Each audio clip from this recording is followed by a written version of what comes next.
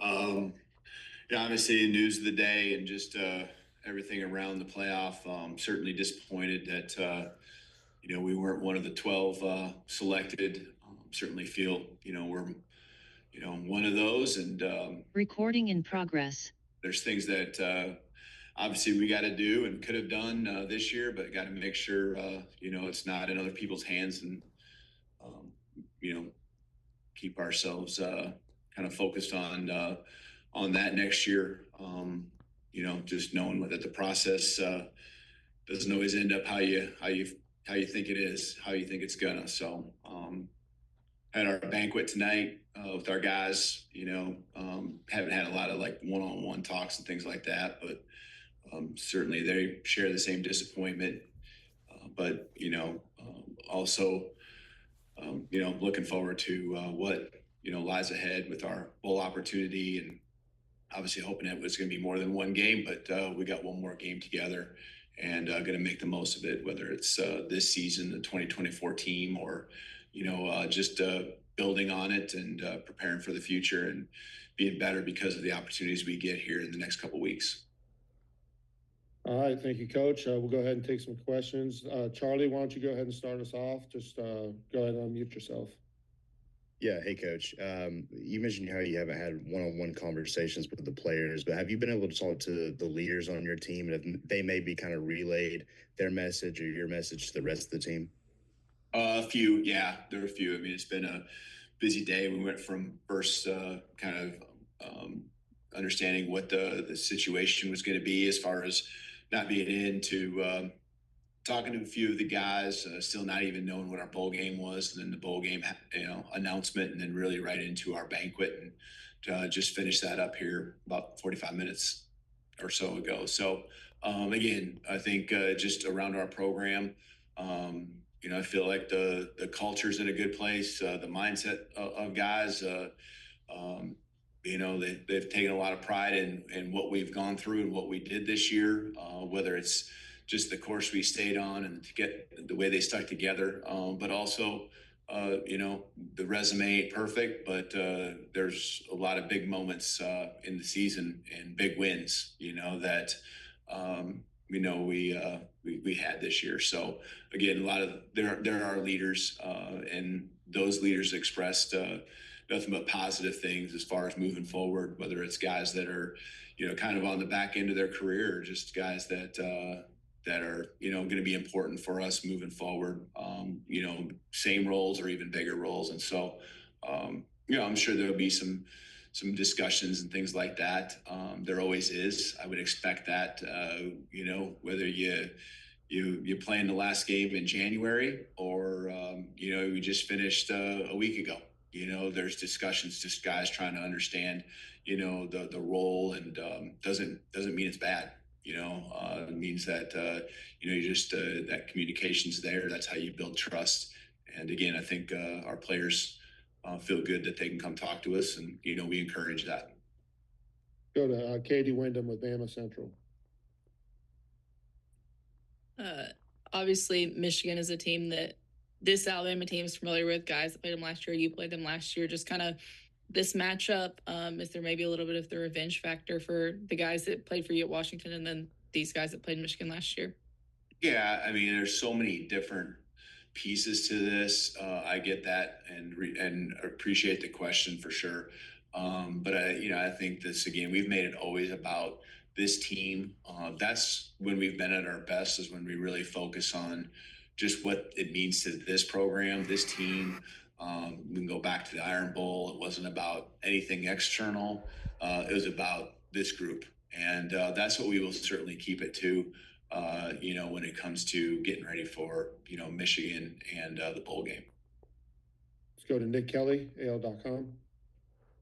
Hey, Kalen, I realize that you still have the bowl games, one more game, but when you look at this season and preparing for next season, how do you think you'll address maybe improving on consistency and the inconsistency issues you guys had at times in certain games? Yeah, I think there's different reasons for it throughout the course of the year. It might, and different position groups might have been hit with different things that affected them throughout, that week. It might have been the matchups and some of those things that were greater challenges. It might have been the flow of the game, other things. So a lot of things, you control, and that's what we got to focus on. That's what we'll always focus on, is those that we can control. The things we can't control, or the breaks that don't go your way. We just got to make sure that we're stronger because of what we went through. I think having an off season where there's some consistency, and a longer period of time to be able to just do what I would normally do in an off season, whether it's the details, that you'd be starting in the middle of January or the end of January, where we pretty much hired our whole staff probably in the middle of February, and trying to just get them to learn the offense, learn the defensive scheme. So the time frame and the buildup, the ability now after 1 year to just grow the relationships, which builds trust, which leads to greater confidence. I mean, it's just all part of the process. And, we always want to jump from, and we look at, there's talent here, there's talent there. There's a process to this, and we want to skip steps.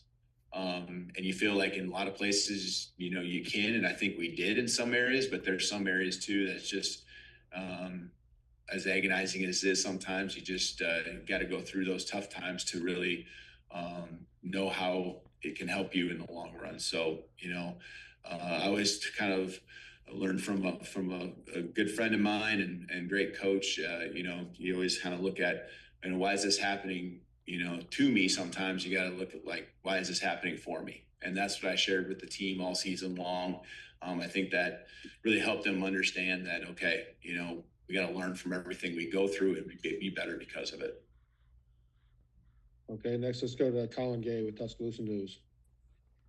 Hey, Kalen, I kind of jumping off of what Charlie asked, but after the Oklahoma game, you obviously, were preaching kind of commitment and in kind of a culture of, opt-outs and early, portal entries, draft entries. Is that a message that you continue to push today, like when talking about a bowl game in a CFP world? Is that something that you continue to kind of preach and push?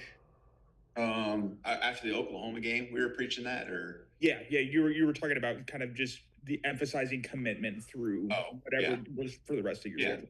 Commitment for the rest of the schedule. To me, it's more about just commitment to that, the sacrifices it takes each and every day to be our best. I don't think it was necessarily, especially at that time, focused on someone we might lose 2 weeks later when, let's say, the portal opens or anything like that. I don't think it was, really directed towards that. It was towards the day-to-day, work that it takes in the process, that we focused on that made us successful, is making sure that was the case, getting ready for the Iron Bowl, that was the next week. Tony Tsoukalos with Tide Illustrated. Yeah, Kalen, I'll ask you another kind of opt-outy question, but is there ever an opportunity where you have guys that could be first round or early round picks? Do you almost encourage those guys to maybe take care of themselves? And does this opportunity give you maybe the opportunity to see some of the younger players? And are you kind of excited about that? Yeah, you're always, I don't know if it's gonna be because of opt-outs though. I think from what I feel right now, and I'm not saying there won't be one, but I feel like right now we're in a place where most of those guys are planning on playing. I don't care what round they're planning on going in, and we'll see. But that's my early just understanding, having talked with a few guys, and these guys are committed to this place. And there's been a streak of 10 game seasons or more, or 10 win seasons, and they got a lot of pride in this program and want to continue to move it forward, and want to play and spend one more game with their brothers here on this football team. So I think we're in a good spot. There'll be some things, I'm sure, with some guys moving on out of the program, as I think maybe some have already announced already that they don't plan on being here, and that's going to be the case, I think, every year.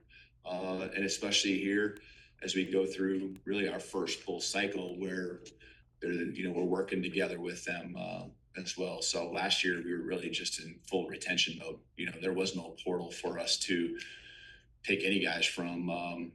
I guess other than programs that lost head coaches, and that's the situation we were in. So, again, we're going to build our program with the freshman class, which I'm really excited about. The signees. We're going to retain and we're going to develop the guys we have here, and fill in the areas that need some numbers or maybe just need to be a little bit better on the football field on Saturday. So that's a fluid thing, and I feel like again communication is where it all starts. Next, let's go to Mike Rodak with Bama 247. Just on those receivers entering the portal, what was your message throughout the years? Maybe the opportunities and the targets might not have been there for them. I think they're aware that just our style of offense this year, it was all about whatever it took to win, and I'll credit those guys. They did a great job of doing whatever they needed to do to help us win, and we got a lot of unselfish guys. That from year to year is going to change and evolve based on the personnel we have. And, the style is going to be different. It might not just be, your quarterback. It might be, the number of receivers or tight ends. We're going to try to have some guys that fit a little bit of what we envision it being, down the road. But, that's kind of what I really appreciate about our guys is it was all about whatever it took to win and them taking a backseat to whatever it would take to do that for them individually. And it's just, all those guys did that. Next, let's go with Chase Goodbread. Coach, the last time we asked you about Jalen Hale, I think back in the summer, you mentioned that he had an outside chance of coming back before the end of the season.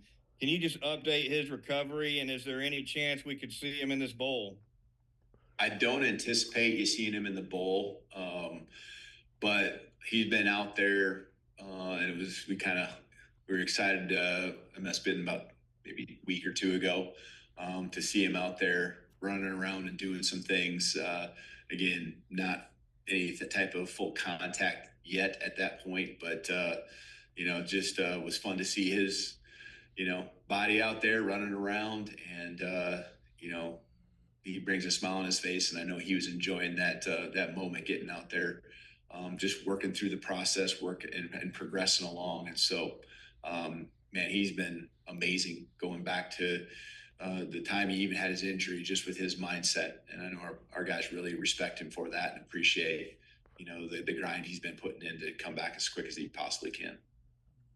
Okay, let's go with Matt Stahl with AL.com. Yeah, you mentioned you're not expecting that many opt-outs, but even with that, how valuable can the extra bowl practices be for some of the younger guys on the team?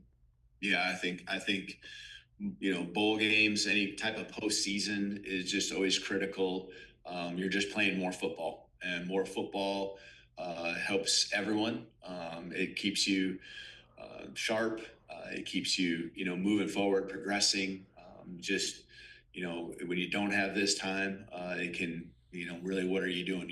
It's a struggle to get better. And so more meetings and, again, there'll be some practices where we can dedicate, that to maybe some younger guys and development there, more so than we would if we were, getting ready for a game during the course of the regular season, or even postseason too, if you're in the playoffs. But these are added practices that we will take advantage of. Okay, let's go to Wyatt Fulton. Hey, Coach, kind of to piggyback off what Matt said, how do these practices help you get a little bit of a jump start on maybe some position battles that you'll see next season? I think a lot of our team, there might be a position or two, but with a lot of our team being the same, that, for the most part, that I would expect for the bowl game that's been on the football field. Again, the development, I think, of the guys that maybe aren't playing as much. Yes, that can happen, and something you're focused on. But we're trying to maximize the opportunity to go win a football game, on December 31st, and so there'll be a lot of focus on those guys and us finishing this year strong. These guys that are choosing to play this last game, they're doing it to win it, and finish it out the way it's supposed to be done. Andrea Adelson with ESPN. I was hoping I could ask you something related to the playoff, because Greg, tweeted on social media that he thought he might have to reassess what you all are doing with your non-conference schedule as a result of what happened today. And I'm wondering how you felt like the committee valued your strength of schedule in its evaluation, whether they valued it or not.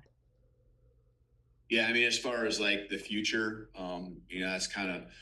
that's something that I'll let kind of Greg lead the charge on, and he has a understanding, and kind of we'll figure that out moving forward. But that's not really, we want to play competitive games. We want to play the best games, and I understand how it didn't feel like that.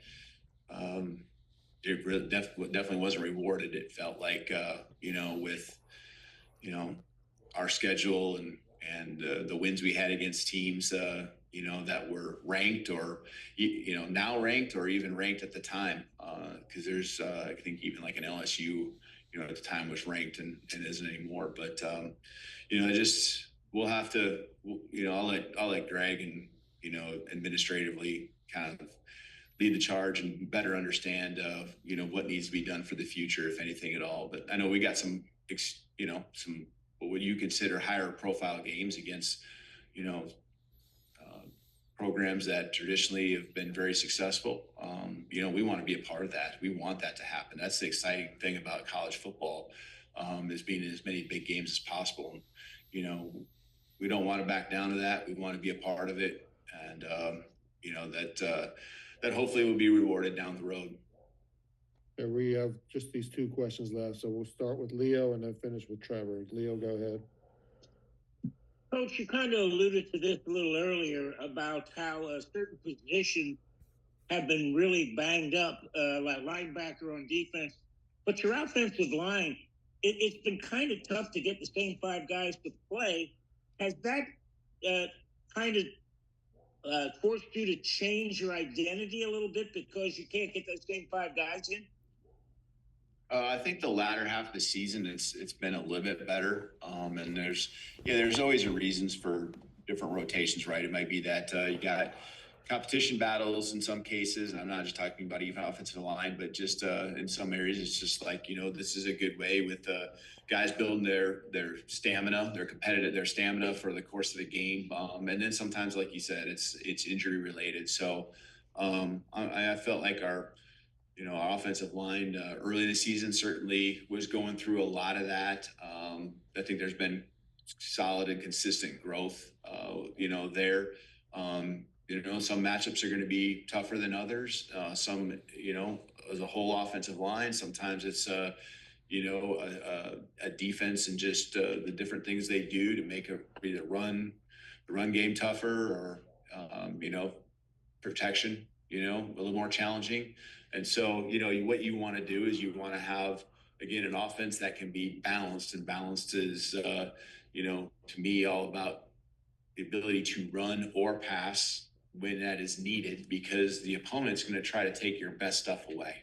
And so some of that falls on the offensive line, but it also falls on other positions being able to exploit, when possible, or when those things come up to where they're taking this away, you go to that, or vice versa. So we just got to keep growing our entire offense, so that way we can take pressure off of, in particular, like you're talking about, the offensive line, and that continued. I think a lot of it is just execution. It's always better execution, and that just comes with the reps.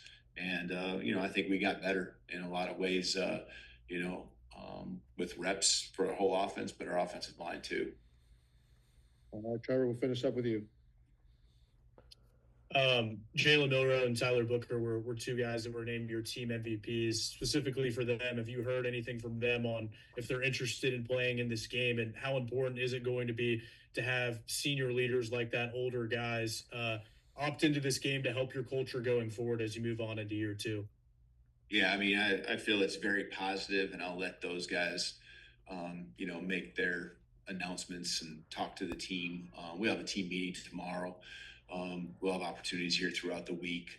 That meeting was scheduled no matter what the case was. We were going to be working out tomorrow no matter what, and so I'll let those guys talk. But it's positive for those guys. It's positive for others too. So I feel like we're in a good space in what these guys are trying to accomplish, whether it be seniors and the guys who are using up and finishing their eligibility, or guys that are trying to figure out their course of action potential, or related to potentially going to the NFL draft, and some decisions that they're going through right now. All right, thank you, Coach. Appreciate your time. You bet. Thank you. Roll Tide.